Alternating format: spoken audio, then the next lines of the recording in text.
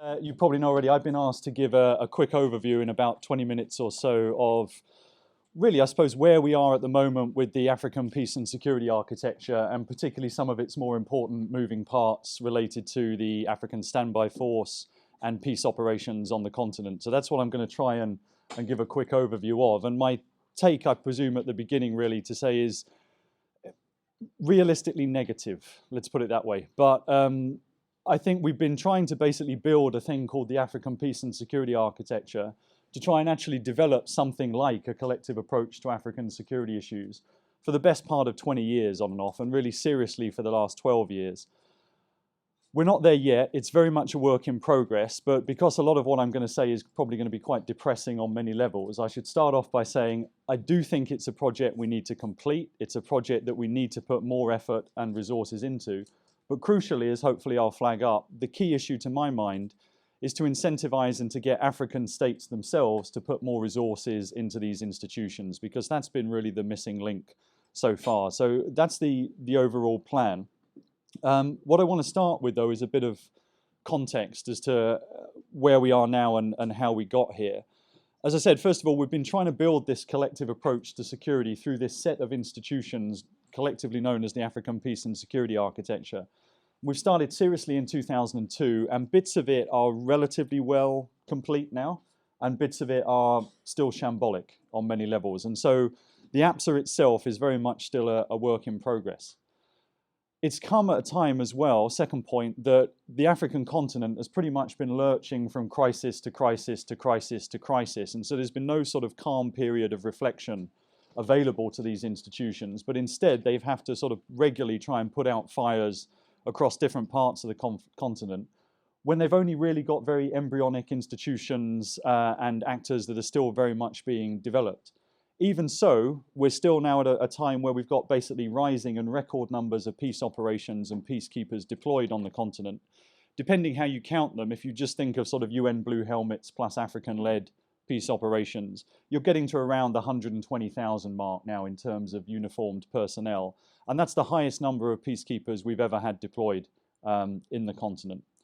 And an important sort of sub-point of that, as you'll see on the bottom chart there, is that more and more of those peacekeepers are from African countries.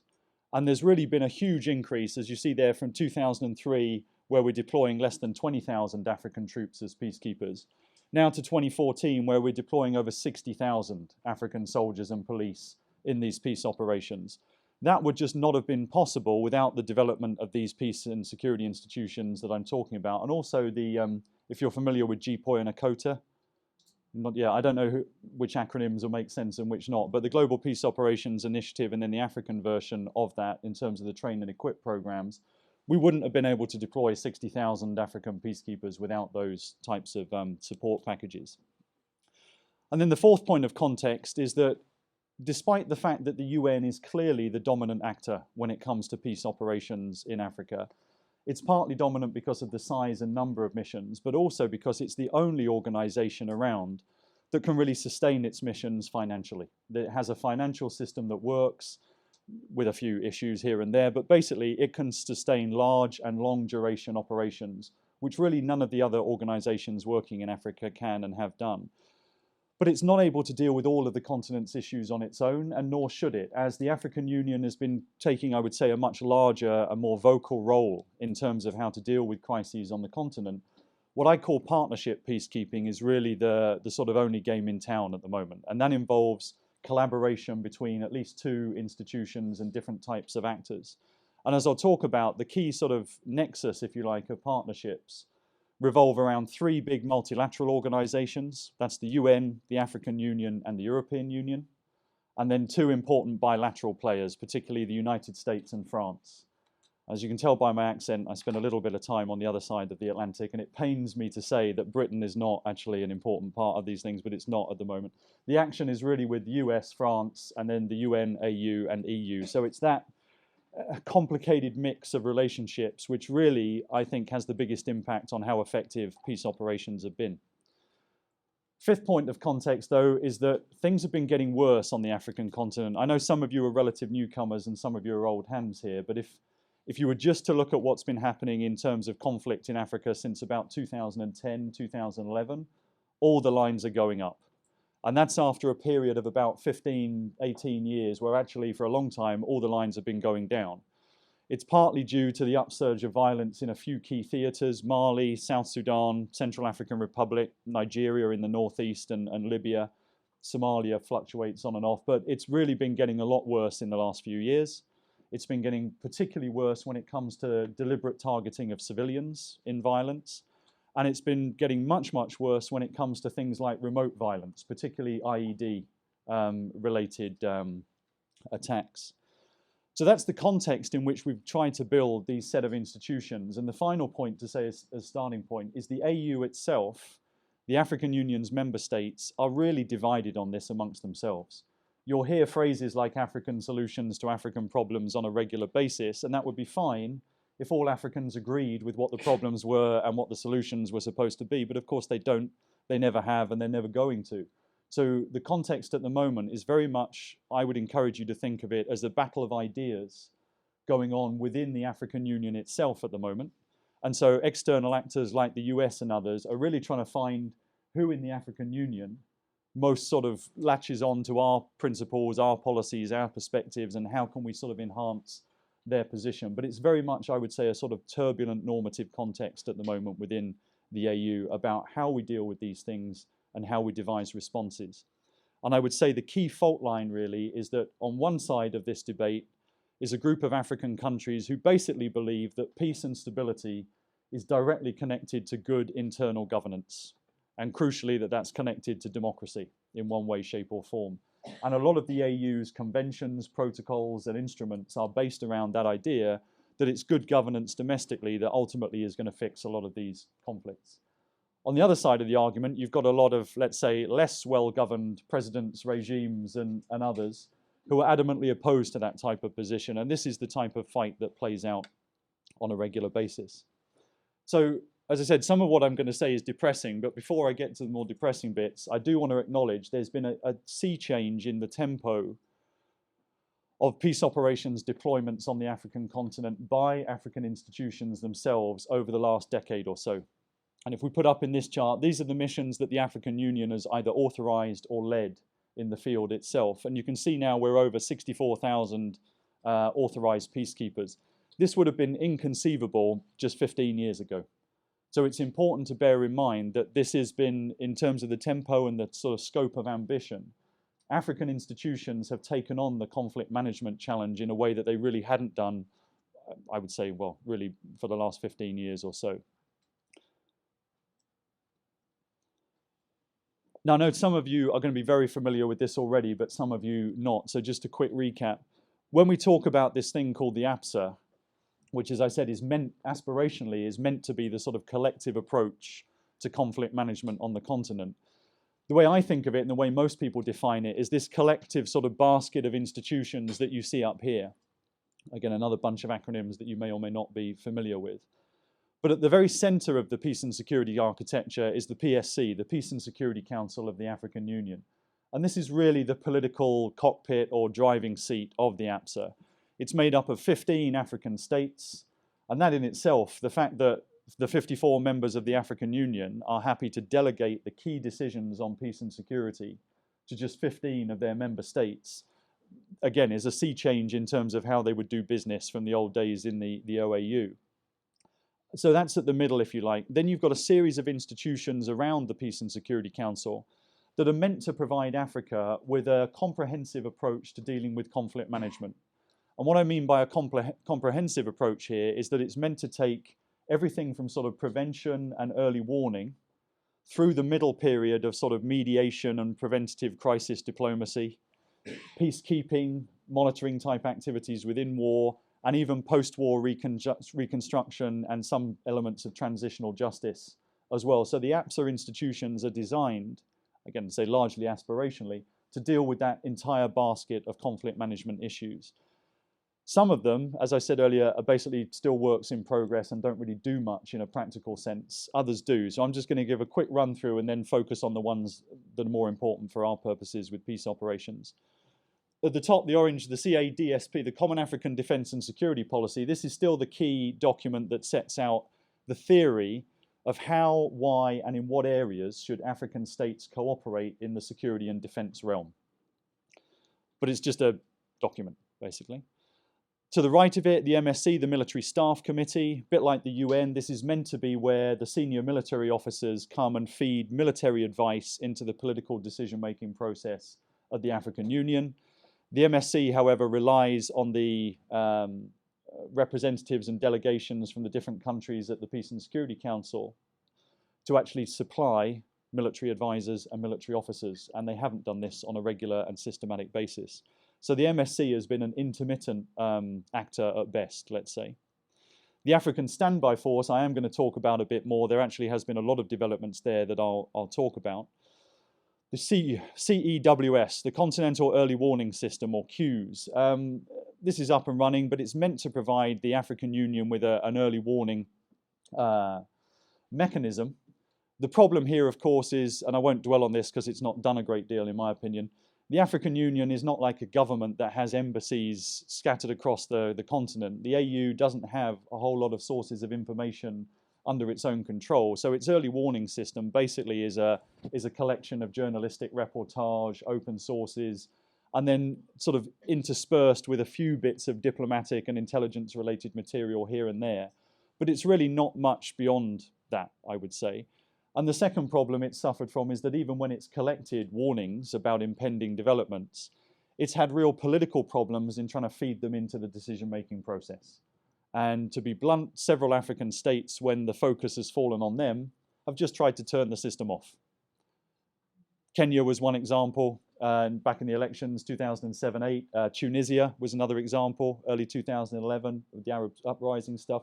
So when countries have come in for real sort of introspection, their initial reaction often has been to just stop the early warning system.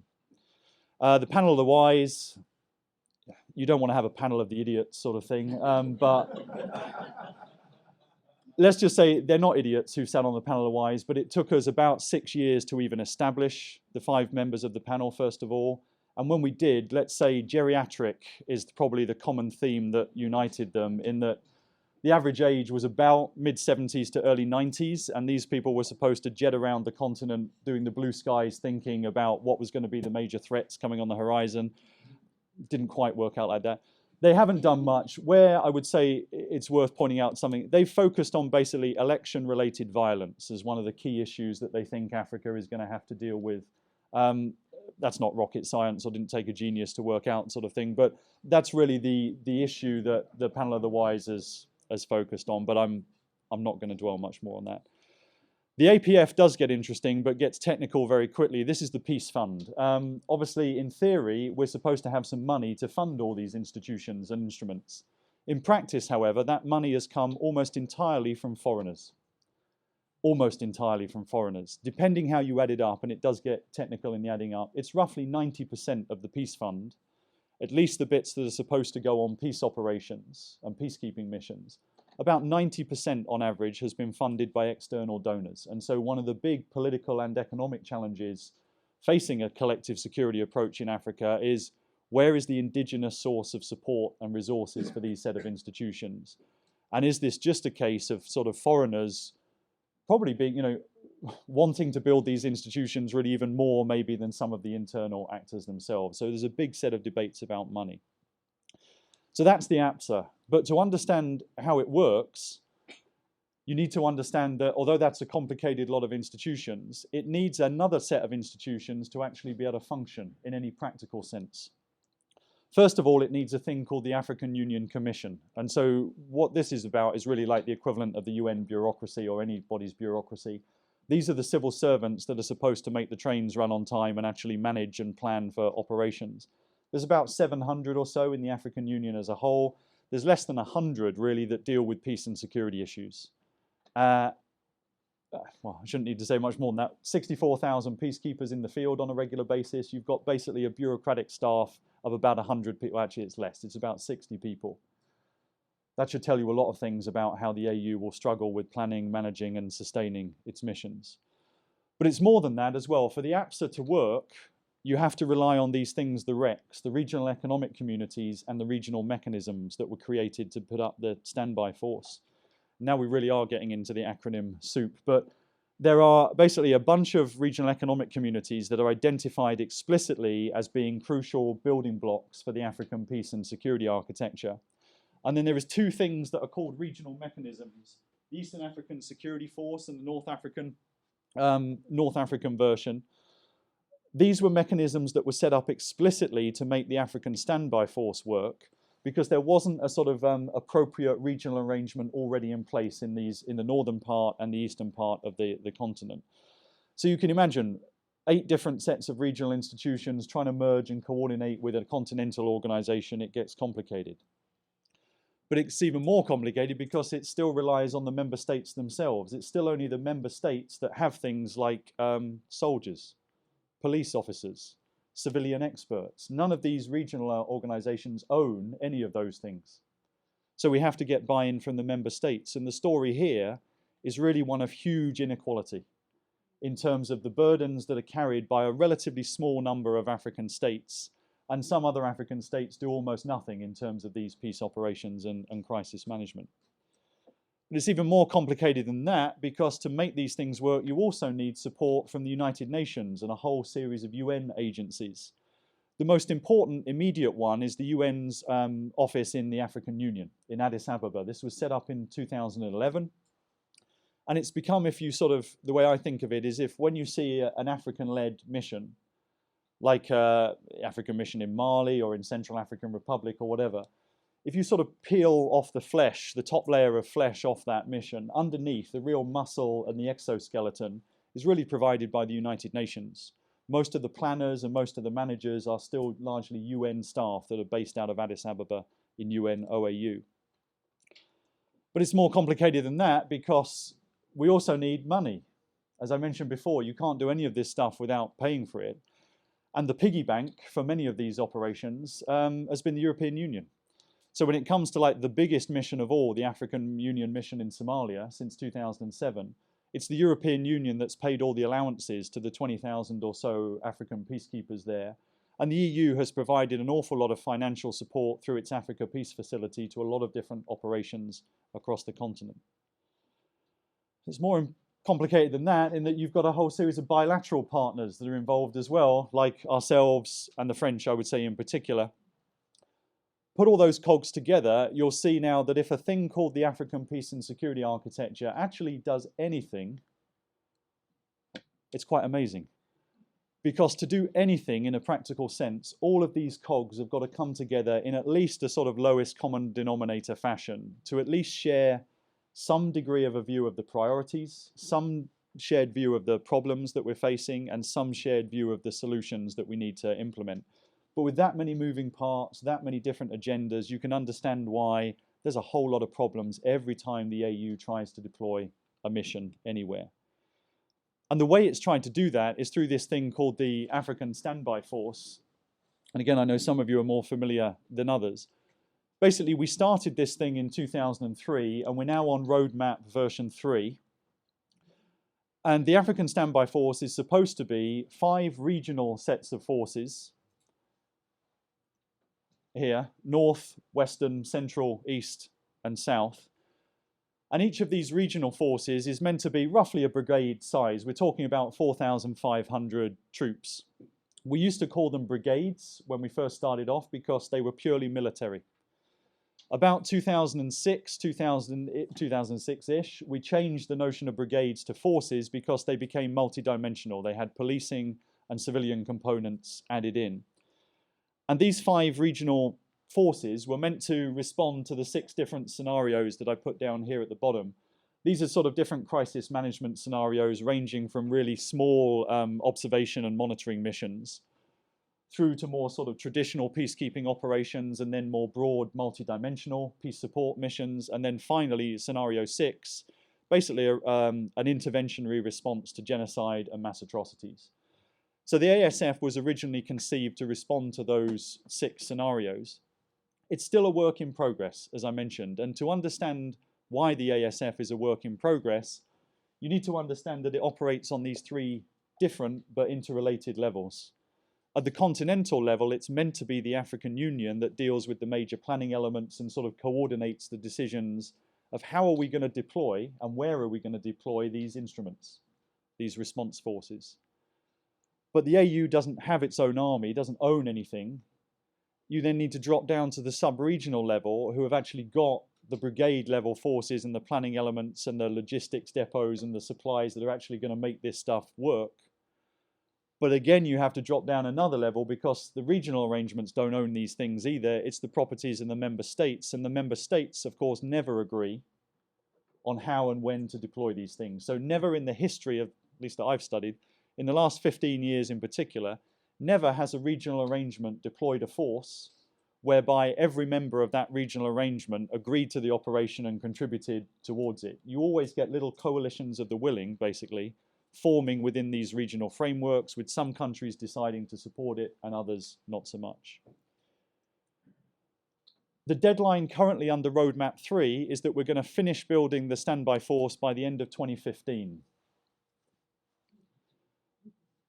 There's good and bad news here. And to understand this, you need to understand a thing called FOC, full operational capabilities. There is no chance in hell, basically. I mean, I will bet my mortgage, happily, I would bet my mortgage, we're not going to see the ASF's 5 regional forces at full operational capability for the foreseeable future. And that's basically because of 2 regions, the north of Africa and Central Africa. West Africa, East Africa, and Southern are actually basically around the full operational capability level now, although it's not been tested in the field yet as such in real operations, but they're basically there in terms of their training exercises and putting things together. So the nuance, if you like, is that on paper and according to its own sort of stated aspirations, the ASF is not going to work as planned with 5 regional forces that we can draw from. But really the practical element now is that what can it do with roughly 3 regional forces that roughly work? So we're not going to achieve full operational capability of 5 regional forces, but by the end of 15, we are going to have basically the ability to draw on the West African regional force, the East African, and probably the Southern African, if they can agree on the politics of deployment, which is a big if. Underlying all this, what I mentioned before, is just huge levels of inequality across Africa when it comes to just basic issues about military structure, military budgets, defense spending, and the like. And you'll see really there's relatively few African states with a whole lot of military equipment vested in them. And some of these are, to be blunt, not the types of states and forces that you really want to populate your peace operations with. You know, Eritrea and Sudan have got a ton of, soldiers knocking around. It's not sure and not obvious that we really want these countries to be at the front line of peace operations. Whereas some countries that we might want to be very prevalent in that, the Ghanaians, Tanzanians, Rwandans, and they've got small militaries, basically. So, I mean, the Ghanaians are pretty much maxed out on a daily basis when it comes to deployments in peace operations.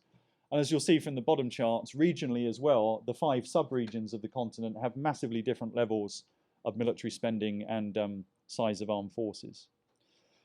Now, because we're not going to complete the African standby force as planned, and because we keep seeing a whole series of crises in Africa where we would like to have some type of rapid deployment, back when the crisis in Mali kicked off in 2012, early 2013, as you'll know, it basically ended up being France deploying unilaterally with Operation Serval that then kick-started the African-led and ECOWAS mission deploying later on in 2013. This generated a renewed debate again within the African Union about, well, if the ASF is not ready to rapidly respond and we need rapid response capabilities, what are we going to do in the interim period? And the answer was they created another acronym, this thing called SERP, the African Capacity for Immediate Response to Crisis, which is sort of trying to scale down the big brigade level forces that we were talking about before, and instead think a bit more like sort of European Union battle groups. We're sort of talking about a couple of battalions, 1,500 or so soldiers. And this was going to be just military. There are no police or civilian components in ASERC. And it was designed largely around that sort of counterinsurgency, counter-terror, stabilization sort of set of objectives, with the Mali crisis in mind. Shortly afterwards then, Central African Republic. You could think the same thing for South Sudan when the civil war broke out there, to a much more military and short-term focused rapid response. Now, on paper, the African Standby Force had always had a rapid deployment concept embedded within it. A lot of people forget that, but it's easy to forget because it never really appeared. No one really did it. But this is really sort of reinventing the wheel in that sense. It's designed, therefore, really primarily for the Standby Force Scenario 6 about response to mass atrocities. And as I said before, the African Union argues about these things and is split on this issue. SERP has about a dozen strong supporters in Africa that think we need to put our efforts into building this up because the ASF is still really a long way from being done. Other African countries have seen this more as a distraction from the longer term task of really building up the African Standby Force, and that this is a smaller, more sort of really counter-terror stabilization focused distraction. Summing all this up, what lessons can we learn, I think?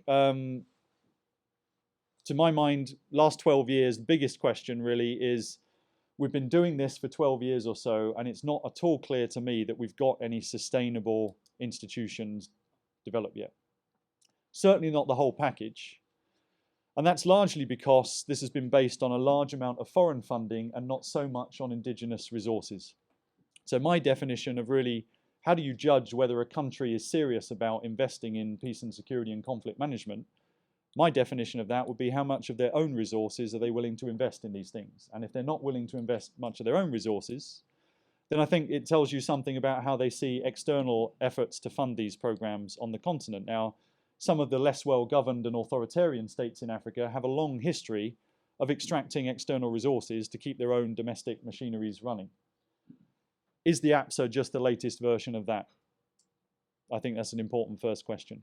Second lesson is you've got to get your partnerships right, because nobody can do this on their own. I've showed you all the cogs in the machine that is required to make APSA work. We've got to try and develop shared information, shared strategy, a shared understanding of the problems, and hence, hopefully, a shared understanding of the solutions. And to be frank, some of our partnerships haven't worked very well and efficiently, and some have done better than others, but partnerships are really the only game in town. Primacy of politics. I think, unfortunately, a lot of our peace operations have been thrown into different African crisis zones without a hope of success because they're not tied to a political strategy of conflict resolution and reconciliation. We've thrown these into places of basically ongoing warfare in places like Darfur, Eastern Congo, Northern Mali now, and we've not given them a real political support needed to really end the wars. That's the key fact that most peace operations we need to remember. Peace operations are instruments, not strategies. And if they're not tied to an effective political strategy of conflict resolution, then at best they're going to be treading water. And at best they're going to be, let's say, reducing the most negative consequences of the war zone. But they're not really going to be solving the issues. And that we've seen, unfortunately, in a number of theatres. Fourth, as I've said before, the African Union itself and its key documents and statements of intent here have identified good governance domestically as the key to ensuring basically stability and as the best antidote to civil wars as we know them. But of course, there's an ongoing debate about precisely what good governance looks like, how close is it we have to resemble liberal democratic forms of governance, and ultimately, how do you reform authoritarian regimes? How much leverage do you have over countries like Sudan or the government in Mali or the government in DR Congo? Fifth, it's only the UN that can conduct and sustain large-scale peace operations in Africa. Remember, even if the APSA institutions built everything they said they were going to build, that would give us roughly 22,000 to 24,000 troops and police. That's one big peace operation. The UN has run about 6 or 7 of those in Africa for the last 15, 20 years. So at best, the APSA is only going to provide sort of niche or limited support to what is going to remain a terrain that's dominated by the UN. So in my opinion, the big question is really how do we support UN peacekeeping structures and systems to keep that working? Must close the gap between ends and means. We're asking peace operations and peacekeepers to do an awful lot in some very difficult places in a very short time, without a whole lot of money and resources, certainly without a whole lot of military enablers. Be great if Central African Republic looked like Sweden. Be fantastic if Northern Mali was a bit like Norway. If you can sort that out in about 2 years, fantastic. But that's basically what we've asked them to do. We've given them mandates that have talked about domestic governance, rule of law, institution building, extending the authority of states. We've given them mandates about protecting civilians, responding to terrorists, decreasing the powers of spoilers, all of the above. And we've not really given the resources, anywhere near the resources to do these types of things. So they're stuck in the middle. Neighbourhood politics, particularly important for African-led missions. Most of the African-led missions we've seen, whether it's Somalia, Mali, Central African Republic, or any of the others, most of their troop contributing countries are drawn from the immediate regional neighbourhood. Pros and cons. On the one hand, these are the countries most seriously affected, and hence they're the countries most likely to deliver a robust response, which is going to be needed if you're dealing with Boko Haram or Shabab or whoever. But at the same time, they're the countries that are the most politically partisan and entangled in the conflict dynamics, and they generate the biggest problem with the local populations in terms of their agendas. Somalis are inherently suspicious of what the Ethiopians and Kenyans are doing in south-central Somalia, and with good reason, historically. But this is the bind we've got ourselves into. Finally, civilian protection. It's the hardest thing to do in peace operations. We don't really know how to do it. We certainly haven't trained and equipped our people how to do it, but it's how the locals judge success and failure. Single most important thing. It doesn't matter what your mandates say from New York or Addis Ababa, the local population, which is going to be key, is judging you not on how many Al-Shabaab or FDLR militia you kill. They're judging you on how well you protect civilian populations. And so that, I think, is the crucial part. I'm over time, I know already, but well, okay, I'll skip through these 5 very quickly and then stop. But where does this leave us now in terms of thinking about external actors like the United States? As I said, number 1 is about partnerships have to work. Nobody can do this alone. And the crucial mouthful or complex nexus is those 3 big multilateral institutions and then the US and France, on which I think actually we could learn a lot from looking at how the French military and gendarmerie operate in Africa. They seem to be able to do things on a smaller, much more risky basis and yet achieve sometimes quite important effects in missions that I think would sort of, the US military might look at and say, that's not really how we would want to operate. Second, we've got to clarify the politics of peace operations. And this really, I think, means thinking about entry strategies. When should we deploy peace operations? They shouldn't just be a knee-jerk response, in my view, to any war or crisis on the continent. Rather, we've got to think about what are the problems that peace operations really can solve and what are the problems that they can't. And we shouldn't deploy them into areas that are just full of problems that they're not really designed or able to fix. Funding problem. It's crucial, I think, that at some stage, the APSA institutions have at least a reasonable degree of indigenous sources of finance. And we're not there yet. So how to incentivize that, I think, is a big problem and big issue. Because of that, it's only the UN, as I've said, that can sustain large and durable peace operations. So what normally has happened over the last 10 years is if anybody else deploys a peace operation, whether it's the European Union or the African Union or ECOWAS or EGAT or whoever, as soon as they've deployed, they're looking around for how can we transition this over to a UN mission, because it's only the UN that can finance these things. So that ensuring that these transitions go smoothly, they have not all gone smoothly, but we're getting better at it, but that's an important area to focus on. And as I said before, I think that, the key operational challenge is in these theatres, how do we design operations and train peacekeepers so that they can protect civilian populations, which is at one level impossible. You can't protect civilians from all threats all the time, everywhere, but they will often expect you to do that. But at the same time, we can do, I think, a much better job than we have done so far. So I'll stop there.